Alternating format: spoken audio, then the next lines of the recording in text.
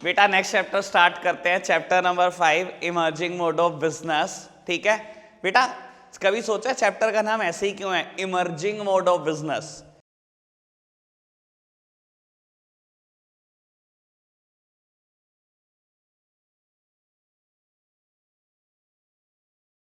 बेटा कोई बिजनेस बदल गए हैं क्या? बिजनेस नहीं बदले बाबू, लेकिन क्या है, इमर्जिंग मोड ऑफ बिजनेस। ये बेटा नया तरीका है बिजनेस करने का, और दो तरीके हैं आपके कोर्स में, एक ई बिजनेस और एक आउटसोर्सिंग। दोनों ही पढ़ने हैं, डिटेल्ड पढ़ने हैं आज, मोस्ट डिटेल्ड। ठीक है, स्टार्ट करेंगे हम ई बिजनेस से। ठीक है, और सबसे पहले ही कंपैरिजन स्टार्ट कर देंगे। बेटा बुक का सीक्वेंस फॉलो मत करना, जो मैं कह रहा हूं उस सीक्वेंस से चलो, टॉपिक हर कोई कवर हो जाएगा। बाबू कंपेयर कर रहे हैं ट्रेडिशनल बिजनेस को विद ई बिजनेस। ठीक है, और कंपैरिजन बहुत सारे बेसिस पे दिया हुआ है बुक्स में, 7-8 बेसिस पे मैं भी कराने वाला हूं। ठीक है जी, ट्रेडिशनल बिजनेस। कभी सोचा है बेटा ट्रेडिशनल बिजनेस सेटअप करने के लिए कितना पैसा चाहिए? ट्रेडिशनल बिजनेस वही है, एक दुकान खरीदो अच्छी सी मार्केट में, फर्नीचर फिटिंग्स कराओ बहुत अच्छे से, उसके बाद गुड्स डालो और उसके बाद उधार पर बेचो, और उसके बाद भी बिके के ना बिके कुछ नहीं पता। ठीक है, और बिजनेस चलेगा नहीं चले। बेटा ट्रेडिशनल बिजनेस में cost of setting up the business is very very much high, क्योंकि हर कोई चाहता है एक सेंट्रलाइज्ड लोकेशन पर शॉप हो, जहां बेटा फुटफॉल बढ़िया हो कस्टमर का। बेटा 1-1 करोड़ की आप दुकान खरीदते हो, उसके बाद बेटा फर्नीचर फिटिंग कराते हो, और उसके बाद बेटा उधार पर गुड्स खरीद कर बेच देते हो। क्या होता है बेटा, उसके बाद भी बिजनेस नहीं चलते। करोड़ों रुपए है बेटा cost of setting up the business. E business क्या चाहिए बेटा, एक बहुत अच्छी सी वेबसाइट, ठीक है ना, और बेटा जिसकी रैंकिंग बहुत अच्छी हो। ठीक है ना बेटा, कितना वो खर्चा आ जाता होगा? भाई अंदाजे ही लगाना है, मेरे को भी नहीं पता कि 2-3 लाख, 4-5 लाख, चलो थोड़ा और बढ़ा लेते हैं, 10-15 लाख, दैट्स इट। बेटा ये cost of setting up the E business है। और आप यकीन मानना, आपको शायद अंदाजा ना हो, अमेज़न स्टार्ट हुई है गैरेज से, एक गैरेज से स्टार्ट हुई हुई कंपनी है। ठीक है, और बेटा पुराने जमाने में अपने पास स्टॉक भी नहीं रखते थे, और आज भी बहुत ज्यादा नहीं रखते, सिर्फ रनिंग आइटम का स्टॉक होता है। स्टॉक नहीं रखते, इनके फंड ब्लॉक नहीं होते। कभी अंदाजा लगाए कैसे बिजनेस करते हैं? आज मैं आपको पूरी पिक्चर दिखाने वाला हूं वाइडर स्क्रीन पे। बेटा आप कस्टमर, आपने अमेजन को ऑर्डर प्लेस करा, लेट्स सपोज एप्पल एक्स के लिए। ठीक है, अमेजन अपने पास नहीं रखता। अमेजन क्या करता है बेटा, फर्दर ऑर्डर दे देता है अपने सेलर को, जो उसके पास रजिस्टर्ड है। ठीक है, सेलर को उसने ऑर्डर दे दिया, कुरियर बॉय डायरेक्ट वहां से जाता है, वहां से गुड्स उठाता है बेटा सीधा कस्टमर के प्लेस पर। अमेजन का कोई लेना देना नहीं, उसको बीच में मिलती है कमीशन इस बात की। पहले बताओ ये बात समझ में आई? अब बेटा कभी सोचा है अमेजन, फ्लिपकार्ट और स्नैपडील की इंटरेस्ट इनकम कितनी है? आपको दिखाई देते सिर्फ प्रॉफिट्स, मुझे दिखाई देती है इंटरेस्ट इनकम बहुत बहुत तगड़ी, वो भी बात कई करोड़ों की करता हूं मैं। ठीक है, अभी एक बात को समझना, आपने फ्लिपकार्ट पे बिग बिलियन डे किया, ठीक है, एक हफ्ते के अंदर अंदर मेरा बिग बिलियन वीक करा, सॉरी, एक हफ्ते के अंदर शायद 10,000 करोड़ की सेल थी। कभी सोचा है देखो कितनी इंटरेस्ट इनकम इन्वॉल्व रहती है? आपको दिखाई देता, मैं समझाता हूं आपको। ठीक है, मान लो पहले दिन 1000 करोड़ की सेल हुई, ठीक है, 1000 करोड़ की सेल हुई। बेटा पहले दिन 1000 करोड़ की सेल हुई, आपको पता है फ्लिपकार्ट अपने सेलर को कितने दिन में पेमेंट करता है? 15 या 18 दिन में। उनकी पॉलिसी है कि हम अपने सेलर को 15 से 18 दिन में पेमेंट देंगे। ठीक है, मैं कहता हूं कस्टमर ने सीओडी ऑप्शन सेलेक्ट करा, ठीक है, सीओडी में सबसे लेट पेमेंट मिलेगी अमेजन को। अगर credit card, debit card, net banking select करे तो ऑन द स्पॉट पेमेंट मिल जाएगी। ठीक है, मैं बोलता हूं सीओडी सेलेक्ट करा, आप बहुत अच्छी कंपनी हो, आप 3 बिजनेस डे में प्रोडक्ट घर पहुंचा देते हो। ठीक है, कुरियर बॉय प्रोडक्ट लेकर गया, घर पहुंचा दिया 3 दिन के अंदर अंदर, कस्टमर को मिला 3 दिन में, यानी कि अमेजन को पैसे 3 दिन में मिल गए। उसको कितने दिन में देने हैं? 18 दिन में, यानी कि 15 दिन की ब्याज कमाई जाएगी एक दिन के पैसों पर। एक दिन के पैसे 1000 करोड़, ऐसे ही अगले दिन, ऐसे ही उससे अगले दिन, ऐसे ही उससे अगले दिन। कभी सोचा है at the end interest income कितनी बैठती है? कई crore. You even can't imagine that. ठीक है ना, जो प्रोडक्ट पे कमाया वो तो कमाया ही कमाया। यार आप खुद सोचो यार, अमेजन जैसी कंपनी अगर एप्पल को बोझ दे तेरे साल भर में 20,000 फोन बेचेंगे, 1 लाख का एक फोन है, 20,000 फोन बेचेंगे, 1 लाख का एक है, बेटा किसी के भी मुंह से पानी टपक जाएगा। अमेजन पूछेगा डिस्काउंट बोल, वो बोलेगा 20% दी, और बेटा वो आपको नॉर्मल डेज में 5% डिस्काउंट काट के देता रहता है, आप उसमें भी खुश हो क्योंकि आपको 5% डिस्काउंट भी कहीं नहीं मिलती। और अगर बिग बिलियन वीक में वो क्या कर दे, वो आपको कह दे डिस्काउंट इज 15%, आप तो पागल ही हो जाओगे, लेकिन आपको नहीं पता वो 5% उसमें भी कमा रहा है। कभी सोचा है बेटा कमाइयों का हिसाब किताब बहुत बहुत मोटा है। बात समझ में आई? ठीक है बेटा, बिजनेस को सेटअप करने की कॉस्ट बहुत कम है, ये तो बात क्लियर है ना। चलो एक और बात करते हैं, cost of operating business. Setup करने की कॉस्ट अलग चीज है, ऑपरेट करने की कॉस्ट अलग चीज है। बेटा इसके डे टू डे एक्सपेंसेस और इसके डे टू डे एक्सपेंसेस किसके ज्यादा रहते होंगे? हमेशा इसके बेटा। कभी एज्यूम करके देख लेना सारा का डोमिनोज, मैं आपको अंदाजा बता देता हूं बेटा, जिस जगह पर वो है उसका रेंट 1.5 लाख से 2 लाख है पर मंथ। ठीक है, 10 स्टाफ काम करता होगा, एवरेजली सबकी सैलरी 10,000 ही मान लो। 2 लाख रुपए रेंट, 1 लाख रुपए सैलरी। ठीक है, इतनी सारी बाइक्स मेंटेन कर रहे हो आप, पेट्रोल फूक रहे हो क्योंकि फ्री होम डिलीवरी दे रहे हो, वो खर्चा सोच लो। बिजली का बिल सोच लो बेटा। ठीक है, एज वेल एज वो कोरुगेटेड बॉक्सेस जिसमें वो आपको पिज्जा सर्व करने वाले हैं, ये डे टू डे एक्सपेंसेस है ऑलमोस्ट 4 लाख रुपए पर मंथ के आसपास के। सोचा कभी साल का खर्चा 48 लाख, इसका 2-3 लाख, ज्यादा से ज्यादा बोल रहा हूं मैं, ज्यादा से ज्यादा। ठीक है ना, जैसे हम किसी के घर में रहते हैं तो हमें रेंट पे करना पड़ता है, जो आपने डोमेन नेम रजिस्टर्ड कराया होता है उसका रेंट देना होता है आपको हर साल। ठीक है ना, 2-3 हजार रुपये होगा ज्यादा से ज्यादा। ठीक है, मैं तो 1-2 लाख मान रहा हूं खर्चा। तो बेटा cost of running up the business is very very very much high. ठीक है ना, ई बिजनेस में ये भी बहुत कम है। ठीक है, अच्छा जब ट्रेडिशनल बिजनेस करते हो तो लोकेशन इंपॉर्टेंट है कि नहीं है? अपने घर में खोल लोगे मोबाइल की दुकान, खोल लो, चलेगी? नहीं। क्या लोकेशन के मैटर है? बेटा बहुत मैटर है इसके, इसमें तो लोकेशन ही लोकेशन का मैटर है। ठीक है ना, और जनरली हम लोकेशन क्या चाहते हैं? जहाँ सेंट्रलाइज लोकेशन हो, जहाँ कस्टमर का फुटफॉल अच्छा हो, लेकिन जनरली बोलते हैं जो रॉ मटेरियल मतलब ट्रांसपोर्टेशन एरिया के आसपास, जहाँ से रॉ मटेरियल इजीली अवेलेबल और फिनिश गुड्स आसानी से जा सके। कभी सोचा सहारनपुर में सारी मार्केट जोग्यान पुल के आसपास ही क्यों है, दाल मंडी पुल के आसपास? कभी सोचा क्यों? क्योंकि बेटा ट्रांसपोर्ट यहीं हुआ करती थी, वो बाय चांस ऐसा है लॉ बदल के ट्रांसपोर्ट एरिया बाहर बनाना पड़ा, वरना सोचा यहीं क्यों बनी? वो इसीलिए बनी बेटा क्योंकि बेटा यहाँ से गुड्स आसानी से ट्रांसपोर्ट किया जा सकता था दूसरे सिटीज में और वहां से आसानी से आ जाता था। सबसे ज्यादा होलसेल मंडी एक ही जगह पर है, दाल मंडी पुल के आसपास। अगर आप गिनवाना चाहोगे तो मैं 20 गिनवा दूंगा उंगलियों पर सिर्फ। ठीक है जी, बात समझ में आई? यहाँ लोकेशन की इंपॉर्टेंस है। यहाँ कोई लोकेशन की इंपॉर्टेंस है? यहाँ नहीं, लोकेशन का तो कोई मैटर ही नहीं है। गैरेज से स्टार्ट हुई हुई कंपनियां, और क्या बोलूं आपको, लोकेशन के कोई मायने नहीं है। किसी को पता है आप कहां पर बैठे हो? नहीं बेटा। अच्छा, पर्सनल टच कहां पर इन्वॉल्व है? पर्सनल टच मतलब फेस टू फेस कॉन्टैक्ट होना। बेटा ट्रेडिशनल बिजनेस में हमेशा पर्सनल टच इन्वॉल्व है, लेकिन ई बिजनेस में पर्सनल टच के कोई मायने ही नहीं है। ठीक है ना, हो सकता है सेलर कभी आपके सामने बैठा भी हो, आप पहचान थोड़ी पाओगे, आपको पता ही नहीं कौन है सेलर, सिंपल सी बात। ठीक है ना बेटा, ग्लोबल जाने की अपॉर्चुनिटी किस में ज्यादा है? गोइंग ग्लोबल, ट्रेडिशनल बिजनेस और ई बिजनेस? मैं आप बोलता हूं ट्रेडिशनल बिजनेस कितनों को आप ऐसे जानते हो जो नेशन वाइड चले गए या एमएनसी बना ली? किसी एक को जानते हो? किसी एक को आप जानते हो? मैं भी जानता हूं रिलायंस को, तो आप किसको जानते हो? एक बिजनेस जो सहारनपुर सिटी से स्टार्ट हुआ और ग्लोबल पहुंच गया, एमएनसी बन गई, शायद एक आधा हो सकता है, गुप्ता ब्रदर्स, बस, और तो कोई नहीं है, रेयर ऑफ द रेयरेस्ट। बेटा ट्रेडिशनल बिजनेस में ग्लोबल जाने की अपॉर्चुनिटी बहुत कम है, और इसमें ग्लोबल जाना देखो कोई बहुत बड़ी बात नहीं होती।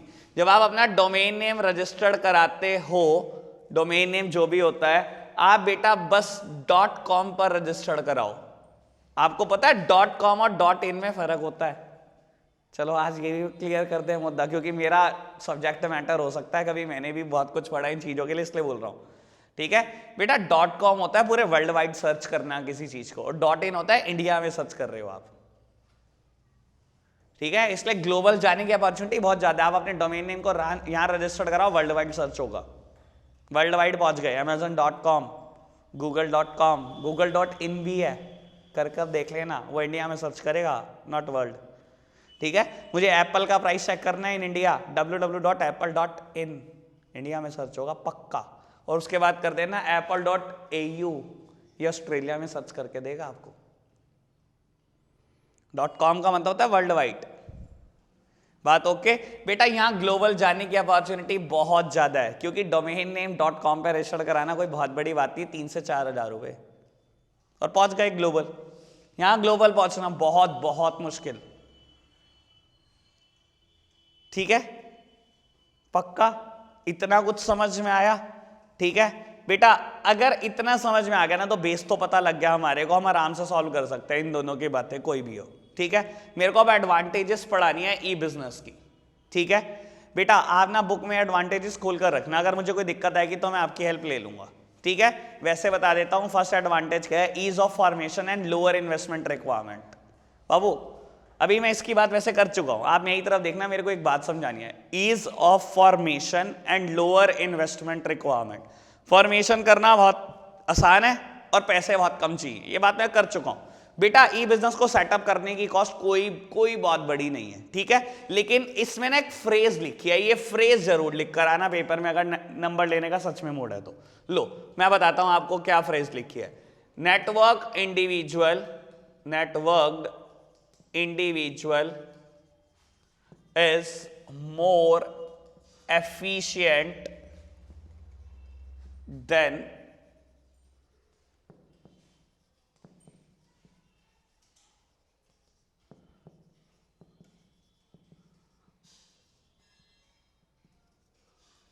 लो जी, मैंने क्या फ्रेज लिखी, सामने देखना, networked individual is more efficient than network individual. मतलब बेटा देखो, एक वो इंसान सोच लो जिसका नेटवर्क बहुत अच्छा है, Amazon, और एक इंसान वो सोच लो जिसकी नेटवर्थ बहुत अच्छी है, नेटवर्थ मतलब कैपिटल बहुत अच्छी है, बिल गेट्स।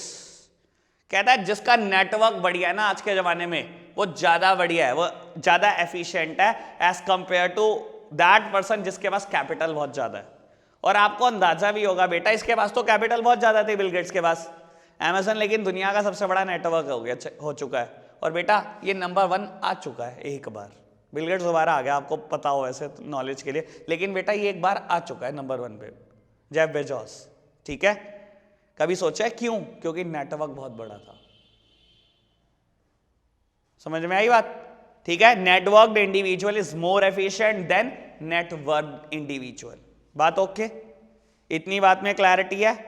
बढ़े आगे, पक्का? चलो, सेकेंड वन इज कन्वीनियंस। ठीक है, कन्वीनियंस की बात करते हैं बेटा। देखो कई प्रोडक्ट हमारे को अवेलेबल है, we can order the product online 24/7/365। देखो एक बात समझने की कोशिश करो बेटा, आप रात के 2 बजे हैं, आपको कोई प्रोडक्ट की नीड है, ठीक है, ट्रेडिशनल बिजनेस दे सकता है? नहीं दे सकता। ई बिजनेस दे सकता है? दे नहीं सकता बेटा, लेकिन ऑर्डर हो सकता है। आपको कन्वीनियंस इस बात की है 24/7/365, ये समझते हो ना बेटा? दिन के 24 घंटे, हफ्ते के 7 दिन और साल भर के 365 दिन you can order product online. Internet is a open space, कभी बंद होता है? इलेक्शन वाले दिन छुट्टी है, ऐसा कुछ? शाम के 5 बजे नहीं चलेगा, वर्किंग आवर्स खत्म हो गया, ऐसा कुछ है क्या? नहीं बेटा, ऐसा कुछ नहीं है। आपको इस बात, ट्यूसडे की छुट्टी है, मंगलवार बंद होता है, ऐसा कुछ है क्या? नहीं बेटा, internet is a open space, कभी बंद नहीं होता। 24/7/365 आप कभी भी ऑर्डर प्लेस कर सकते हो, कभी भी, even at the midnight. Okay बात? इस बात की हमें कन्वीनियंस है। ठीक है, थर्ड वन इज स्पीड। बेटा नेक्स्ट हेडिंग है स्पीड। स्पीड से क्या मतलब है बेटा? देखो हमें कई प्रोडक्ट ई बिजनेस में just at the click of mouse available है। कभी सोचा? देखो बहुत सारे प्रोडक्ट है, देखो मैं क्लिक करता हूं माउस का, मुझे प्रोडक्ट अवेलेबल हो जाता है। ई न्यूज़पेपर में मेरी फोटो आई मान लो, ठीक है, मेरे को वेट थोड़ी करनी है, भाई आएगा न्यूज़पेपर घर देने। अरे क्या बात कर रहे हो, आप सुबह 5 बजे उठो, अरे डाउनलोड करो आज सहारनपुर रीजन का पेपर, अभी डाउनलोड होगा, अभी आपके सामने आपकी फोटो सॉफ्ट कॉपी में सेव हो जाएगी। ई न्यूज़पेपर, एंटीवायरस सॉफ्टवेयर है अवेलेबल? अरे प्ले स्टोर से आप इतना सारा दिन बैठ कर डाउनलोड करते रहते हो, नहीं है अवेलेबल।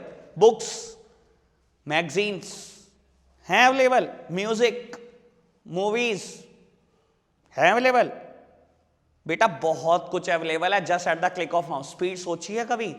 यही सोचकर देखो, ट्रेडिशनल बिजनेस में मुझे बुक्स बाय करने जाना है, अभी मैंने आपको बुक शेयर करी एनसीईआरटी की, कभी सोचा ये बिजनेस कितना फास्टर है? और यही मेरे को बुक्स लेने जाना पड़ जाए तो 2-3 घंटे खराब। बात समझ में आई? ठीक है जी।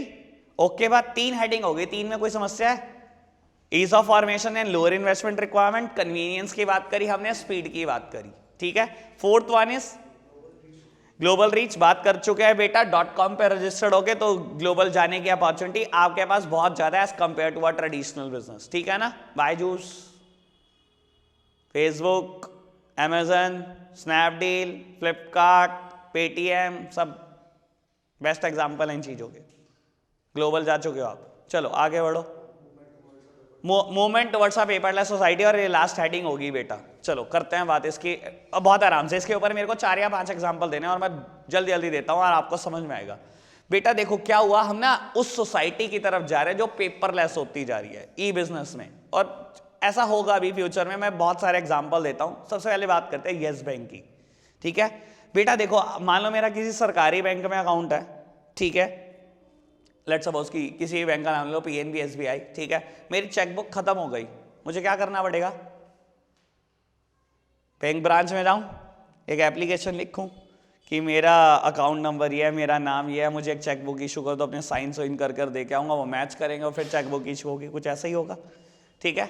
ये तो बेटा पुराना तरीका है, यही तो ट्रेडिशनल बिजनेस है, आप समझ ही नहीं पा रहे। ई बिजनेस क्या है ये समझो बेटा। मेरा कुछ टाइम पहले यस बैंक में अकाउंट था, मैंने एक फैसिलिटी देखी और बहुत बढ़िया लगी मेरे को। मान लो इनिशियली मेरे पास 10 लीफ की चेकबुक आई, 10 चेक आए, ठीक है। 6 डिजिट का चेक नंबर होता है, 501, 502, 3, 4, 5 ऐसे करके 10 तक आया, ठीक है। बेटा उन्होंने ना एक ऑटो कमांड लगा रखी होती है अपने सिस्टम में कि जैसे ही 9th चेक प्रेजेंट हो ऑटोमेटिकली चेकबुक इशू हो जाए। मैंने 9 चेक प्रेजेंट किया, पैसे विड्रॉ करे, 3 दिन के बाद मेरे घर चेकबुक आ गई नहीं।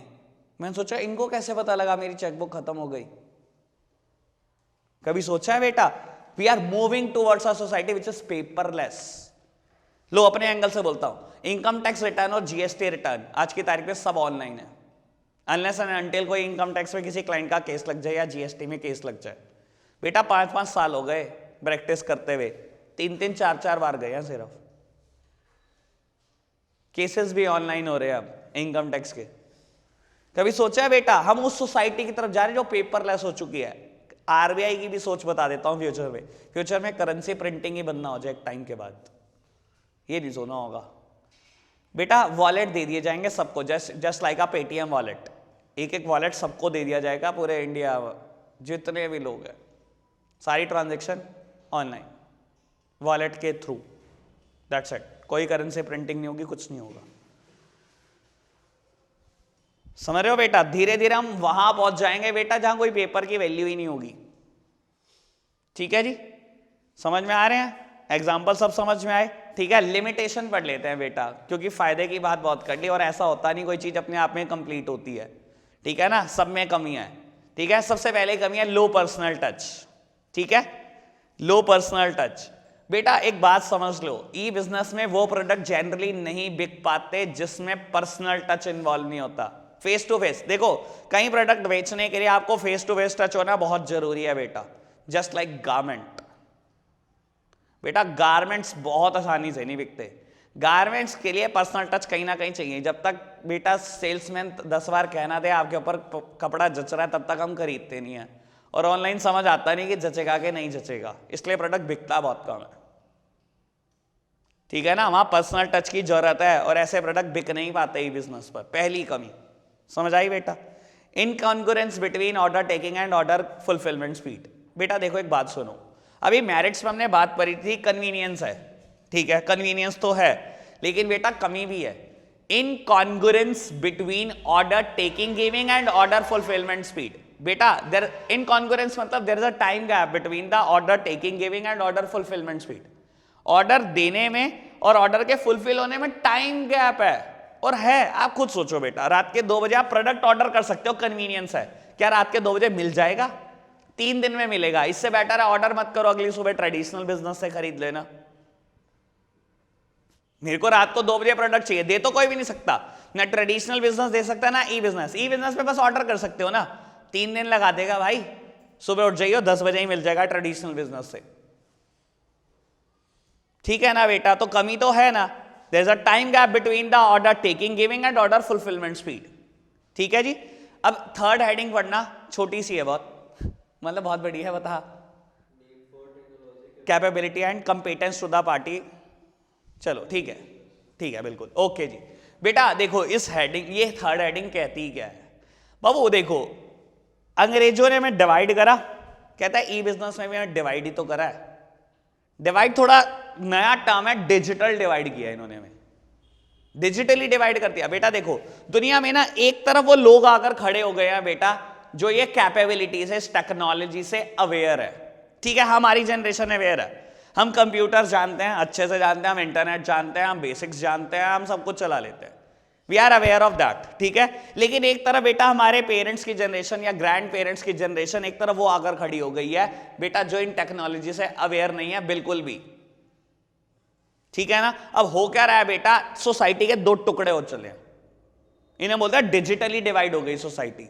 एक तरफ वो लोग आकर खड़े हो गए जो इस टेक्नोलॉजी, इस कैपेबिलिटीज से बिल्कुल भी कुछ भी नहीं जानते, इसके बारे में कंपिटेंस नहीं है उनकी इस चीज को लेकर, और एक तरफ वो लोग हैं जो सब कुछ जानते हैं। पता है हम इन लोगों को कैसे देखते हैं, आपको पता ही है, मैं भी ऐसा ही हूँ, मतलब मैं कोई चीज से बाहर नहीं हूँ, मैं भी किसी, कोई बच्चा आज मेरे पास पढ़ने में तो व्हाट्सएप नंबर दे दो, कहता है व्हाट्सएप चलाता नहीं मैं भैया, मेरे पास फोन नहीं है व्हाट्सएप वाला, मैं उसे ऐसे देखता हूँ जैसे उसने बहुत बड़ा क्राइम कर दिया हो, ठीक है ना बेटा। तो हम भी ऐसे ही करते हैं, जाकर हम कहते हैं कुछ ऑनलाइन ऑर्डर कर लेते हैं, ग्रैंड पेरेंट्स कहते हैं क्या ऑनलाइन होता है, मैंने नहीं समझ आता,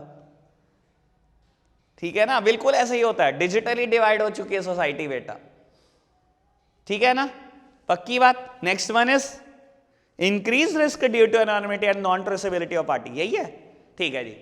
बेटा एक बात ध्यान रख लेना, कभी पार्टी ट्रेस नहीं हो पाएगी, पागल हो जाओगे अगर गलती से पेमेंट कर दी तो। देखो 2-3 अच्छी वेबसाइट छोड़ दो, ई कॉम वेबसाइट 2-4 अच्छी है उनको छोड़ दो, अदरवाइज तो बेटा आपको पता ही है हाल कितने हैं। आपको क्या लगता है आज की तारीख में इंडिया में 200 से कम होंगी क्या ई कॉम वेबसाइट? 3-4 ही तो बहुत अच्छी है, आधे से ज्यादा सीओडी का ऑप्शन नहीं देती, ठीक है। सीओडी के ऑप्शन ना देने से क्या होता है, आपको प्री पेमेंट करनी पड़ती है, आपने प्री पेमेंट कर दी, उसके बाद कॉल करते रहो, फोन उठना ही नहीं दोबारा। थोड़े फ्रॉड होते हैं क्या? Unlimited fraud, unlimited. और बेटा सबसे बड़ी कमी है कि पार्टी ट्रेस नहीं हो पाती क्योंकि आपको लोकेशन नहीं पता, ठीक है ना। आईपी एड्रेस ट्रैक कराना, पुलिस की हेल्प, ये बहुत कुछ झमेले में पड़ जाते हो एक बार अगर आप पेमेंट कर देते हो तो, ठीक है, कमी है। Fifth one is people resistance. बेटा दुनिया आज भी रेसिस्ट करती है। देखो एक बात बता देता हूं, हमारी सिटी बहुत अनऑर्गेनाइज्ड है, बड़ी सिटी में लोग शॉपिंग करते हैं ऑनलाइन, ठीक है, क्योंकि उनके पास टाइम की बहुत कमी है, और हम तो बहुत वेले हैं, सच बात ही है। हम रेलवे स्टेशन पे 1 घंटे पहले जाके बैठ जाते हैं, हमारे से वेला कोई है क्या? हम एयरपोर्ट पे बैठ जाते हैं 3 घंटे जाकर पहले, मतलब मैं पागलों वाली हरकतें हैं, ठीक है, हमारे साथ वेला कोई बंदा नहीं है। लेकिन मेट्रो सिटीज़ में बेटा रियलिटी बात ये है, उनके पास टाइम नहीं है, वो सारा दिन जॉब में बिजी हैं, सैटरडे संडे घर है, ठीक है, सैटरडे इवनिंग और संडे। बेटा वो खाने पीने का सामान जरूर खरीदते होंगे, वो उनको भी मॉल कल्चर पसंद है, वो बिग बाजार जाते हैं, वो ईजी डे जाते हैं, ठीक है। लेकिन अगर कोई चीज़ उन्हें चाहिए जिसके लिए उनके पास टाइम नहीं निकल पा रहा, जैसे कि मोबाइल कवर चाहिए, वो ऑनलाइन खरीदना ही पसंद करेंगे।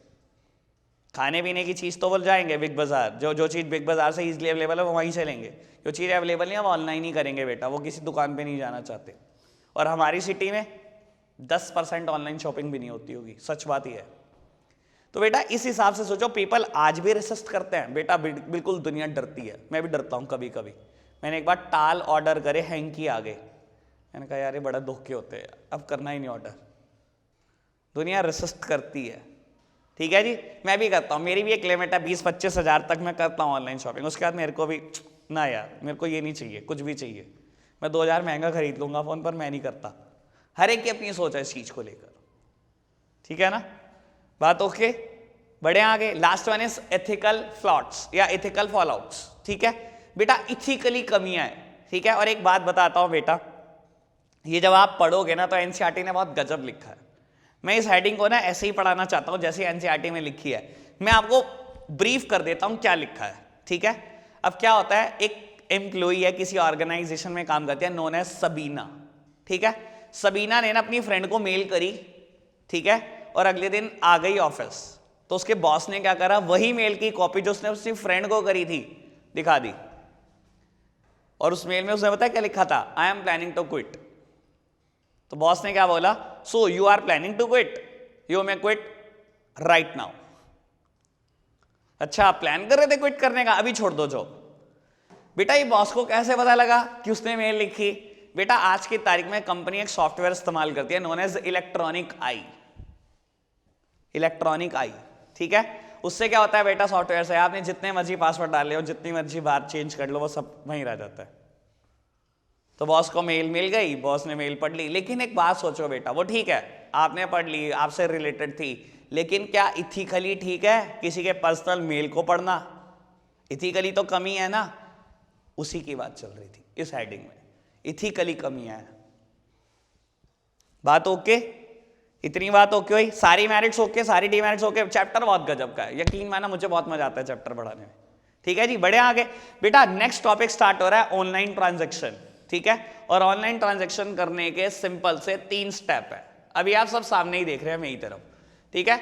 ऑनलाइन ट्रांजैक्शन करने के 3 सिंपल स्टेप है, registration, placing an order and last one is payment mechanism. Payment mechanism, चलो करते हैं बात बेटा, सामने देखना बेटा। जब आप ऑनलाइन ट्रांजैक्शन करना स्टार्ट करते हो, सबसे पहले किसी भी वेंडर की वेबसाइट पर चले जाओ, आप ऑर्डर करोगे, वो ऑर्डर लेगा नहीं, पहले आपको कहेगा साइन अप कर दो या साइन इन कर दो। ऑब्वियस ही बात है, वो आपका रजिस्ट्रेशन नहीं छोड़ेगा। मैं रीजन भी बताऊंगा क्यों। आप रजिस्ट्रेशन करते हो अपना नेम डालकर और डीओबी डालकर और जेंडर डालकर और मेल एड्रेस और फोन नंबर डालकर, ऐसे ही करते हो। हर एक चीज के पीछे रीजन है, आपने नहीं कभी सोचा होगा, मैं पक्का बता दूंगा आपको, ठीक है। मेल एड्रेस और फोन नंबर क्यों? बिल्कुल, आगे ऐड कैसे करेंगे बेटा? ऐड कराना है उनको, तो हर हाल में आपकी मेल के ऊपर बहुत ऐड आने वाले हैं, घबराओ ना, बहुत ऐड देखने वाले हो आप, इसलिए उनको मेल आईडी पक्का चाहिए आपकी, ठीक है, चाहिए। और जेंडर क्यों चाहिए? जेंडर और एज क्यों चाहिए बेटा? आपको अंदाजा भी नहीं होगा, आपकी एज ग्रुप के हिसाब से आपकी प्रेफरेंसेस होती हैं और आपके जेंडर के हिसाब से आपकी प्रेफरेंसेस होती है। कभी सोचा है? अरे नहीं सोचा, चलो आज सोच लेते हैं। 60 साल की एज के लिए अगर कोई प्रोडक्ट बनता है, उनके कलर बता दो, व्हाइट, ब्लैक, ब्राउन, ग्रे। यार नहीं, सारी जिंदगी से सारी खुशियां उड़ गई ठीक है, कलर ही उजड़े चौहान वाले हैं, ठीक है। और 15 से 25, 15 से 30 ब्राइटर कलर। यार नहीं सोचा कभी, आज सोच लो, हमेशा ऐसा होता है बेटा। हमारी एज ग्रुप के हिसाब से हमारी प्रेफरेंसेस होती है, एज वेल एज जेंडर के हिसाब से प्रेफरेंसेस होती हैं। तो रजिस्ट्रेशन करा लेता है, वो जरूरी चीज है, ठीक है। उसको बेटा आपसे ही आगे बहुत कुछ ऑर्डर चाहिए, इसलिए वो आपको ऐड करता रहेगा, इसलिए रजिस्ट्रेशन उसने करा लिया। देन बेटा प्लेसिंग एन ऑर्डर। अब आप ऑर्डर प्लेस करते हो बेटा, जब भी आप किसी प्रोडक्ट को सेलेक्ट करते हो, वो कार्ट में एंटर हो जाता है, ऑप्शन आता है ऐड टू कार्ट। कार्ट ही बनी होती है, कार्ट क्या होता है? ट्रॉली होती है। जब बेटा हम ट्रेडिशनल शॉपिंग करते हैं, इसी डे बिग बाजार जाकर हमें ट्रॉली दी जाती है, उसे कार्ट बोलते हैं। This is a electronic cart, जहां आपका प्रोडक्ट एंटर हो जाता है। देन बेटा you have various payment option, payment करो और प्रोडक्ट आपका। पेमेंट की ही बात करनी है, इसमें सब बता देता हूं, पेपर में अलग से ही आता है, ठीक है। ये तो नर्सरी क्लास के बच्चे को भी पता है आज की तारीख में, ठीक है। बात इसकी करनी है, ठीक है। और इसमें भी मैं बहुत कम बातों को टच करूंगा, क्योंकि मैंने बहुत सारी बातें पहले करी होंगी। COD, cheque, credit card, debit card, credit card, debit card, net banking and digital cash.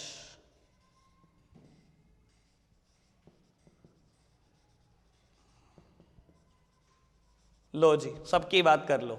COD कुछ बताना है? कैश ऑन डिलीवरी सबको पता है, बहुत अच्छे से पता है। कैश ऑन डिलीवरी क्या होता है? प्रोडक्ट जब आपके घर आ जाएगा तो कुरियर बॉय को पेमेंट करनी है, प्रोडक्ट खोलने नहीं देगा, लेकिन वो, ये बात ध्यान रहे, ठीक है। चेक बेटा आज की तारीख में आप देखोगे बहुत सारी वेबसाइट से ऑप्शन ही हट गया। नहीं हटा? हट गया। क्यों? शिपिंग चार्जेस बढ़ जाते हैं। आप चेक ऑप्शन सेलेक्ट करते थे, होता क्या था? कुरियर बॉय आपके घर आता था, चेक लेके जाता था, चेक लगाता था, चेक क्लियर हो जाता था, प्रोडक्ट दोबारा देने आता था, 2 बार डिलीवरी के चार्जेस लग जाते थे। प्रोडक्ट ऑटोमेटिकली महंगा, एक बार आएगा चेक लेके जाएगा, दूसरी बार आएगा प्रोडक्ट देकर जाएगा, प्रोडक्ट महंगा हो जाता था, इसलिए ये ऑप्शन हटा दिया गया, ठीक है। Credit card, debit card. अब मैं आपको बताता हूं आपके टीचरों का कहना क्या है। क्रेडिट कार्ड होता है, एक होता है डेबिट कार्ड, एक होता है एटीएम। 3 चीजें होती है बेटा, ये बेवकूफियत ना किसी और को और किसी और दिन, ठीक है। 2 ही तरीके के कार्ड होते हैं, डेबिट कार्ड और क्रेडिट कार्ड। डेबिट कार्ड का ही दूसरा नाम है एटीएम कार्ड, और डिफरेंस भी समझने की आज कोशिश कर रहे हैं ना बेटा। डेबिट कार्ड क्या है? It is a prepaid SIM. ये प्रीपेड सिम की तरह है बेटा, पहले रिचार्ज करो बाद में यूज कर लेना। डेबिट कार्ड या ATM card is linked with your account. Account में बैलेंस होना चाहिए, पहले पैसे डलवा लो बाद में यूज कर लेना। And credit card is just like a postpaid SIM, पहले यूज कर लो बाद में पे कर देना। क्रेडिट कार्ड बिल्कुल वैसी है, हर क्रेडिट कार्ड की एक लिमिट होती है depending upon your transaction. Bank issue करता है आपको क्रेडिट कार्ड 50,000, लाख, 5 लाख, 10 लाख, जितनी अभी आपके अकॉर्डिंग है, जितनी आपकी लिमिट हो सकती है। ठीक है, अब बेटा पहले इस्तेमाल करो बाद में पे करना होता है, जस्ट लाइक अ पोस्ट पेड कनेक्शन। बात समझ आई?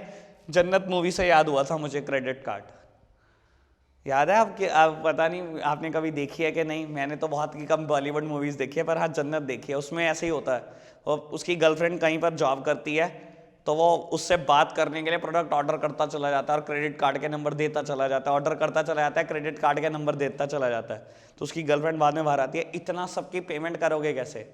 कहता है 52 दिन में देना है बैंक को, 52 दिन में 152 रास्ते निकल आएंगे। You have to pay to the bank in 52 days. 52 दिन में देना होता है बैंक को। ठीक है, वहां से भी कुछ सीख लिया हमने, चलो खैर छोड़ो। ठीक है जी, आगे बढ़े। नेट बैंकिंग ट्रांसफर, बेटा इसकी बात मैं कहां कर चुका हूं? चैप्टर नंबर 4 में कर चुका हूं, ई बैंकिंग की बात याद है ना आपको? ई बैंकिंग हमारे को क्या मिलता है बेटा ई बैंकिंग के केस में? Transaction ID, user ID, login password और ट्रांजैक्शन पासवर्ड। पासवर्ड 2 तरीके के होते हैं, और मैंने आपको बताया आज की तारीख में ये सेफेस्ट है फंड ट्रांसफर करने के लिए। HTTPS बात करी थी ना मैंने, hyper text transfer protocol secured. किसी भी बैंक की नेट बैंकिंग खोलते हो हमेशा HTTPS में खुलती है बेटा, ठीक है ना? सिक्योर्ड वे है पेमेंट करने का। और आज की तारीख में most popular is digital cash, Paytm, Google पे, अरे बहुत सारे एग्जांपल हो सकते हैं, फोन पे, बहुत सारे वॉलेट आ चुके हैं आज की तारीख में बेटा। डिजिटल कैश का बेस्ट एंड बेस्ट एग्जांपल। ठीक है जी, पेमेंट मैकेनिज्म समझ में आया, सारी पेमेंट पता थी हमारे को आती है। ठीक है बेटा, नेक्स्ट टॉपिक स्टार्ट कर रहे हैं risk related with e business. ठीक है, चलो करते हैं बात risk related with e business. और आप इसमें देखोगे ट्रांजैक्शन रिस्क है, data storage and transmission risk है, और threat to the intellectual property and privacy, 3 तरीके के रिस्क है। ठीक है, अब मैं काम की बात बताता हूं, बुक आपके पास होनी चाहिए बेटा। ट्रांजैक्शन रिस्क में आप देखोगे 3 बुलेट बनी हुई है। ठीक है, ट्रांजैक्शन रिस्क में देखोगे 3 बुलेट्स बनी हुई है, और उन बुलेट्स में क्या हो रखा है? पहले मैटर लिखा गया है, और मैटर के बाद लास्ट के 3-4 वर्ड इटैलिक्स में है, फॉन्ट चेंज किया हुआ इसका। ठीक है, ऐसी दूसरी बुलेट में पहले मैटर लिखा गया है और लास्ट में बेटा इटैलिक्स में लिखे गए हैं लास्ट के 3-4 वर्ड, और ऐसे ही बेटा थर्ड बुलेट में हो रखा है माइनस ऐसा ही। ठीक है, आपने क्या करना है पेपर में, सुन लो, बड़े काम की बात बेटा। ये जो इटैलिक्स में वर्ड लिखे गए हैं ना, इनको बनानी है हमने हेडिंग। ठीक है, और फिर यही मैटर लिखकर आना है। मैं समझा दूंगा, कोई बहुत बड़ा चक्कर तो है नहीं। चलो देखो, पहली हेडिंग क्या है? पहली हेडिंग क्या बनेगी जो इटैलिक में बेटा? Default on order taking giving. ठीक है, second one is default on delivery, and third one is default on payment. ठीक है ना? अब आराम से समझो जरा क्या चीज है, कोई नहीं मिल जाएगा, अभी लक्ष्य ढूंढ दूंगा मैं, टेंशन मत ले, पहले समझ ले, कुछ नहीं होता है तो हमारे हाथ की बात है ना। ट्रांजैक्शन रिस्क बेटा, ई बिजनेस में बहुत सारे रिस्क है। पहला रिस्क ही ट्रांजैक्शन का रिस्क है, और ये इनमें से एक चीज को मैं रिस्क नहीं बोलता, एक को तो मैं बोलता ही फ्रॉड हूं। सबसे पहले क्या बात है? Default on order taking giving. होता क्या है बेटा, मोस्ट ऑफ द टाइम, अच्छी कंपनी को छोड़ दो, आप क्या करते हो बेटा, सेलर को ऑर्डर प्लेस कर देते हो, और कुछ दिन तक वेट करने के बाद आप सेलर को कॉल करते हो, सेलर डिनाई कर देता है कि कभी मुझे ऑर्डर मिला ही नहीं था। या बेटा कुरियर बॉय आपके घर के बाहर खड़ा है प्रोडक्ट लेकर, और कस्टमर डिनाई कर देता है मैंने कब ऑर्डर प्लेस करा भाई।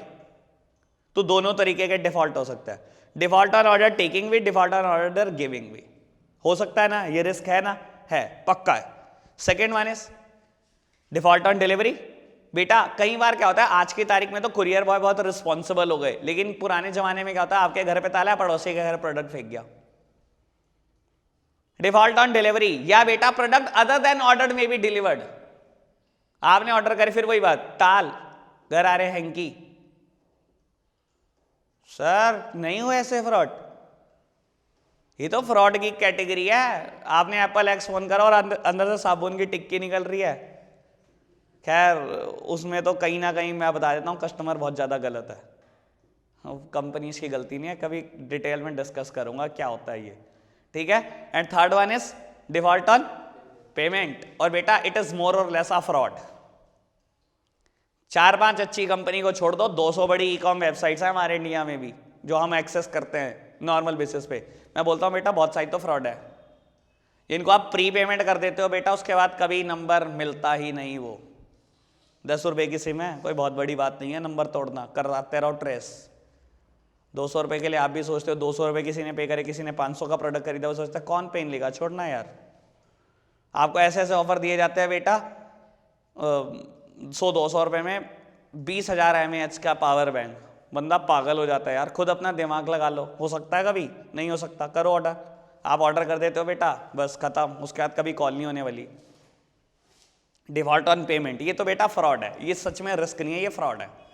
तो 3 तरीके के रिस्क पढ़े हमने, default on order taking giving, default on delivery और डिफॉल्ट ऑन पेमेंट, ठीक है। मैं इनके रास्ते बताता हूं जो एनसीईआरटी ने सही नहीं लिखे हुए।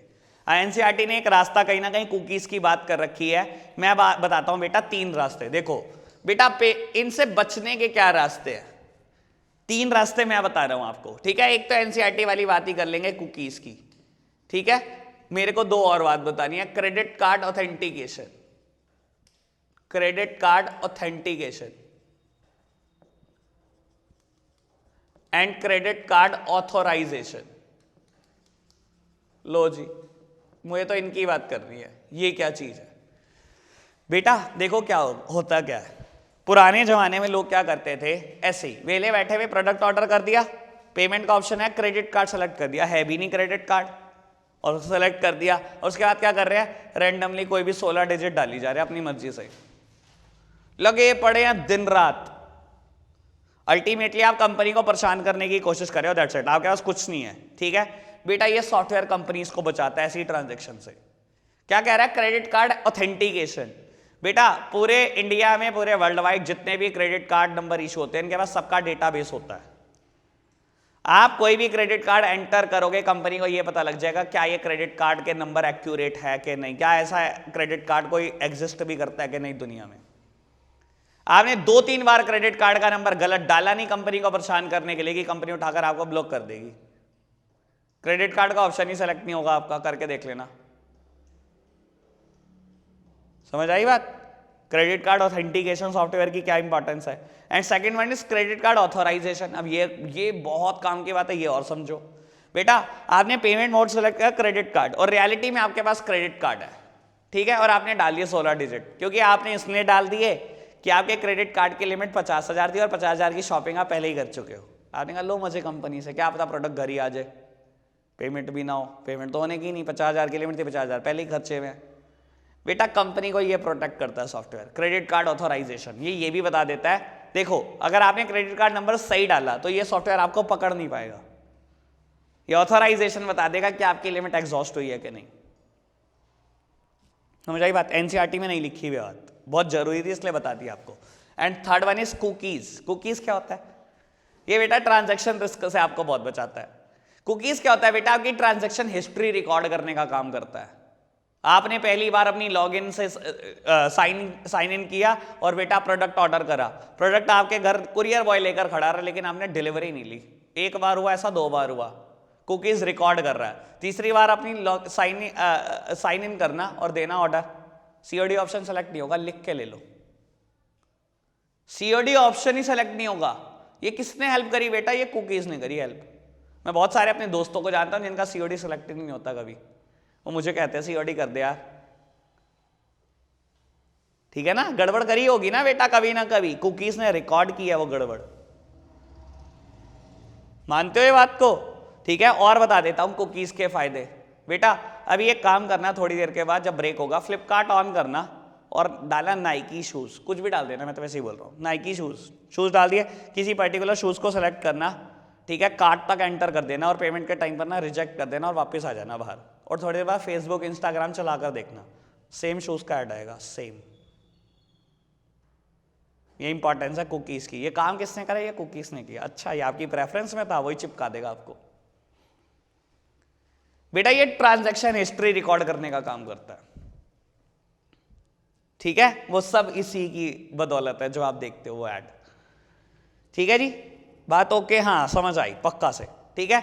Next one is data storage and transmission risk. Data store करने में दिक्कत है, एक रिस्क हो सकता है, और ट्रांसमिट में करने में एक दिक्कत है। ट्रांसमिट मतलब एक जगह से दूसरी जगह, और पक्का है, बता देता हूं रिस्क है क्या, बहुत डिटेल्ड बात करते हैं। Virus and hacking. बेटा ये डेटा स्टोरेज में रिस्क है, और ये डेटा ट्रांसमिशन में। डेटा स्टोर कर रखा है, वायरस आ जाए, रिस्क नहीं है। आपको क्या लगता है अमेज़न कंपनी के लिए सबसे ज्यादा इंपॉर्टेंट क्या चीज है? डेटा। यार क्या लग रहा है आपको, सबसे इंपॉर्टेंट क्या चीज है? डेटा। आज उड़ जाए बेटा इतने क्लाइंट्स का, इतने कस्टमर का डेटा, कंपनी बदनाम हो जाएगी, दिवालिया ना हो जाए। समझ रहे हो, इनके लिए सब कुछ डेटा की इंपॉर्टेंस है। तो बेटा रिस्क क्या है? डेटा स्टोरेज पे रिस्क है वायरस, और डेटा ट्रांसमिशन पे रिस्क है हैकिंग। बेटा वायरस की फुल फॉर्म क्या है? आई भी आज पेपर में, तभी देख रही है मेरी तरफ। Vital information resources under seize. Vital information resources under seize, ठीक है जी, याद करना, पेपर में 1 मार्क का क्वेश्चन है, पक्का बता रहा हूं आपको। ठीक है जी। अब बेटा वायरस और हैकिंग, चलो डिफरेंशिएट करते हैं। अब मेरे को पता है दोनों टर्म सुनी हुई है, जब डिफाइन करने का नंबर आता है पागल हो जाते हैं हम, डिफाइन नहीं कर पाते। बताना क्या होता है वायरस? नहीं पता, डिफाइन ही नहीं कर सकते, सब कुछ पता है वायरस का, डिफाइन नहीं होता। बेटा virus has the feature of self replication, replicate करता है, कॉपी क्रिएट करता है अपनी। एक बार किसी डिस्क में एंटर हो गया वाया पेन ड्राइव और ईमेल, किसी के थ्रू भी एंटर हो गया, ये अपने आप को कॉपी करता चला जाएगा, रेप्लीकेट करता चला जाएगा, और एट द एंड क्या होगा बेटा? Software crash. मैक्सिमम क्या कर सकता है? विंडो क्रैश कर देगा। हार्डवेयर को नुकसान पहुंचा सकता है वायरस, हार्डवेयर को, मॉनिटर फट गया, अरे बताओ यार, नहीं, किसको नुकसान पहुंचा सकता है? सिर्फ सॉफ्टवेयर को। फर्क समझते हो ना हार्डवेयर और सॉफ्टवेयर में यार, ठीक है ना? सिर्फ सॉफ्टवेयर को नुकसान पहुंचा सकता है, हार्डवेयर को नहीं पहुंचा सकता वायरस नुकसान, ठीक है। हैकिंग क्या होता है यार? हैकिंग और इथिकल हैकिंग दो टर्म होती है, कभी फर्क समझने की कोशिश किया? हैकिंग क्या होता है? हैकिंग होता है बेटा unauthorised access to any information और इंफॉर्मेशन सिस्टम। अनऑथोराइज तरीके से एक्सेस करना किसी इंफॉर्मेशन को और इंफॉर्मेशन सिस्टम को, बेटा ये सब हैकिंग होता है, ठीक है ना। जब कोई बेटा आपकी फेसबुक को पेनिट्रेट कर लेता है, लॉगिन आईडी पासवर्ड चुराकर है, वो अपने एक्सेस ले लेता है, वो सब हैकिंग का ही दायरा है, ठीक है ना। अच्छा एक बात बताओ, डाटा ट्रांसमिट करते टाइम हैकिंग का रिस्क नहीं होता होगा? लो मैं आपको एक बात बताता हूं, इंडिया ऑर्डर प्लेस कर रहा है रशिया को आर्म्स के लिए, नहीं करता? एयरक्राफ्ट के लिए करता होगा। हैक हो जाए बीच में इंफॉर्मेशन तो नेशनल थ्रेट आ जाएगा यार, लगता नहीं आपको नेशनल थ्रेट होगा? ये होगा, तो सॉल्यूशन क्या इसका?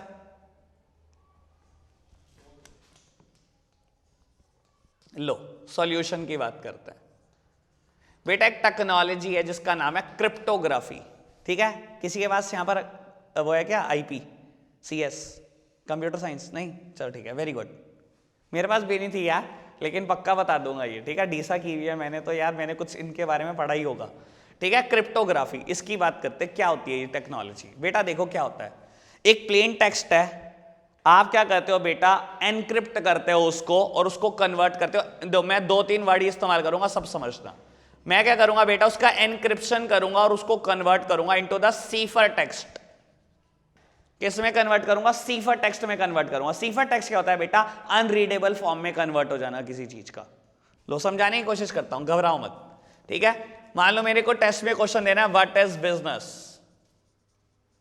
ठीक है, और मैं इस डेटा को ट्रांसफर कर रहा हूं, कर सकता हूं ट्रांसमिट, कर सकता हूं, ठीक है। वैसे मैं एक बात बोल देता हूं, किसी टाइम पर ना प्रिंटर मेरे घर पड़ा होता था, ठीक है, और पार्टनर को मेरे टेस्ट देना होता था। बच्चे मेरे घर टेस्ट देने आ गए, प्रिंटर मेरे घर था, वो अपने घर, कहता है यार मैंने टेस्ट तो बना दिया, मेरे पास सॉफ्ट कॉपी है, अब प्रिंट कैसे निकालूं? मैंने कहा तू एक काम कर, नेट नहीं चल रहा था उस दिन सिटी में, मैंने कहा मैं बच्चों को भेज रहा हूँ, तो ब्लूटूथ से उनको शेयर कर दे, वो मेरे पास ले आएंगे, मैं प्रिंट निकाल कर दे दूंगा। कहता बच्चे रास्ते में ही खोल के पढ़ लेंगे टेस्ट क्या है। मैंने कहा कोई नहीं, ये टेक्नोलॉजी कब काम आएगी, इसका इस्तेमाल करना है यार, इसको कन्वर्ट कर दे सीफर टेक्स्ट में, पढ़ ना पाए, खोल ले रास्ते में, कोई दिक्कत नहीं। अब बेटा कैसे नहीं पढ़ पाएंगे? बेटा मैंने कहा चले फॉर्मूला लगा दे। मैंने तो बहुत सिंपल क्रिप्टोग्राफी सीखी हुई है, देखो बहुत डिटेल नहीं आती, लेकिन बात आपको समझ में आ जाएगी जितनी आपके लिए जरूरी है। मैंने कहा सबको कन्वर्ट कर दे +2 में। उसने एक फॉर्मूला लगाया, जो भी अल्फाबेट है +2 में कन्वर्ट हो जाए। W के बाद क्या आता है? X और Y। W is converted into Y। H I J this is converted into C। P Q R S T U V। बेटा what is converted into Y J C V। और ऐसे he is और ऐसे ही business. पढ़ लो, क्या पढ़ोगे? पढ़ ले, क्या पढ़ेगा भाई? खोल ले टेस्ट रास्ते में। नहीं है समझ? बेटा मैंने उसको क्या कहा, क्रिप्टोग्राफी का यूज कर। इसको ना, इस डेटा को जो तू मेरे को भेज रहा है ना टेस्ट पेपर, उसको एनक्रिप्ट कर दे, सिफर टेक्स्ट में कन्वर्ट कर दे। उसने एक एनक्रिप्शन लगाया, उसने फॉर्मूला लगाया, कोई भी जो अल्फाबेट है ना, उससे जो नेक्स्ट अल्फाबेट आता है उसको छोड़ दो, उससे नेक्स्ट अल्फाबेट में कन्वर्ट हो जाए वो। W के बाद क्या आता है? X, उसको छोड़ दो Y। W is converted into Y। H is converted into I and J। J में कन्वर्ट हो गया। A is converted into C। T is converted into V। What की जगह क्या दिखाई दे रहा है बच्चों को? उनको क्या समझ आना है? पूरा टेस्ट ऐसे कन्वर्ट कर दिया उसने। जैसे ही मेरे पास टेस्ट पहुंचा, मैंने डिक्रिप्ट कर दिया, मैंने डिक्रिप्शन यूज कर ली। This is again converted into plain text. मेरे सामने टेस्ट फिर ऐसे ही शो करने लगा, व्हाट इज बिजनेस, और प्रिंट निकाल दिया। तो आपको क्या लगता है डेटा ट्रांसमिट ऐसे ही कर देते होंगे ई बिजनेस में? नहीं बेटा, हम मेरे को तो कुछ भी क्रिप्टोग्राफी आती नहीं, मैं तो खुद बोल रहा हूं आपको, लेकिन आपको पता नहीं है किस लेवल की क्रिप्टोग्राफी होती होगी। आप सोच भी नहीं सकते बेटा, जहाँ स्पेशल करेक्टर का भी यूज होता होगा, जहाँ न्यूमेरिकल चीजों का भी यूज होता होगा, बहुत खतरनाक होती होगी वहां पर क्रिप्टोग्राफी। समझ आई बेटा? तो ये डेटा ट्रांसमिट में रिस्क जो है उससे बचाने के लिए क्रिप्टोग्राफी, ठीक है? पेपर में आ सकता है, मैं बोल रहा हूं पक्का आपको ये वाली बात, ठीक है जी? बात समझ में आई? And last one is threat to the intellectual property and privacy. चलो अब ये बड़े काम की बात है, इसके बाद तो मेरे को बहुत डिटेल्ड करनी है। लो देखना, मेरी तरफ देखना, इसके बाद लगभग हमारा टॉपिक आउटसोर्सिंग रह जाएगा, है ना? ये खत्म हो जाएगा ना? अरे यार क्या बात होगी, इतनी स्पीड पे क्यों चल रहा हूं मैं? हाँ जी, इसके बाद टॉपिक रह जाएगा खाली आउटसोर्सिंग। चलो खैर इसकी बात करते हैं, threat to the intellectual property and privacy. बेटा एक बात बताओ, आपने कोई पिक डाली फेसबुक पे या आपने डेटा शेयर किया अमेजन से और आईडी डिलीट कर दी, डीएक्टिवेट कर दिया फेसबुक को या इंस्टाग्राम को, गायब? बस सोच कर बोलना, आज गायब? नहीं बेटा, internet is a open space, कोई चीज कभी गायब हुई नहीं आज तक। जब हम पढ़ते हैं ना पागलों की तरह अलाउ कर लेते हैं, तो बेटा पढ़ भी लिया करो कुछ। मैंने पिछली बार भी बोला था ये मैटर। चलो खैर छोड़ता हूं। आप जीमेल पे आईडी बनाई है, फेसबुक पे आईडी बनाई है, एक ऑप्शन देता है सबसे लास्ट में, एक बॉक्स होता है, I agree all the terms and condition of Google INC dot, I agree all the terms and condition of Facebook INC dot, और हम जिंदगी में रीड नहीं करते। टिक, आईडी बनाने से मतलब हमारे को हो गई, आईडी बन गई। पता कितने हथियार दे दिए उनके हाथ में आपने, अंदाजा नहीं है आपको, अंदाजा होगा नहीं कभी। पढ़ लेना टर्म्स एंड कंडीशन, बहुत कुछ लगेगा पता। जितना राइट आपके पास आपकी इंफॉर्मेशन का है ना, सेम राइट दे देते हो आप फेसबुक को। आपने कोई चीज पोस्ट करी, पिक पोस्ट करी, और उसका मन है आपका डिलीट करने का, गलती से पोस्ट हो गई, ठीक है? या बेटा कुछ भी उसमें कमी थी पिक में, या भद्दे कमेंट आ रहे थे, डिलीट कर दिया आपने, करते रहो बेटा, कहीं डिलीट नहीं हो रही वो, आपका मुकालता है, कहीं डिलीट नहीं हो रही वो, हमेशा डोमेन में सेव रहेगी फेसबुक के पूरे लाइफ टाइम, जब तक जिंदा रहने वाली हो आप, जब तक फेसबुक रहने वाली है। क्या बेटा आपकी प्राइवेसी पे रिस्क नहीं है? और अगर आप कहते हो कि हाँ पक्का प्राइवेसी पे रिस्क नहीं है, तो बेटा आपकी एज देख लो, सबके पास मेल आईडी है और आप मेल को इस्तेमाल भी नहीं करते होंगे। मुझे पता है आपको मेल का इस्तेमाल बस प्ले स्टोर से कुछ शीट डाउनलोड करने के लिए चाहिए और कुछ नहीं चाहिए, ठीक है? बहुत कम मेल का यूज करते होंगे। आज खोलकर देख लेना, आपके इनबॉक्स में 1000 मेल होंगी, नहीं होंगी? कैसे? This is threat to your intellectual property and privacy. ये आपकी प्राइवेसी में सबसे बड़ा थ्रेट है, ठीक है? अरे हम तो लोकेशन तक खोल के रखते हैं। मैं क्या बोलूं यार, तुम बहुत बच्चे हो इन चीजों के लेके, पागल हो तुम। लोकेशन का एक्सेस तक दे देते हो पेटीएम को। पेटीएम ने क्या करना है आपकी लोकेशन का? मैं उस दिन भी यही बात बोल रहा था, क्यों देते हो हर सॉफ्टवेयर को एक्सेस लोकेशंस का, अपनी फोटोज का, गैलरीज का? मतलब पेटीएम ने करना क्या आपकी फोटोज गैलरी का?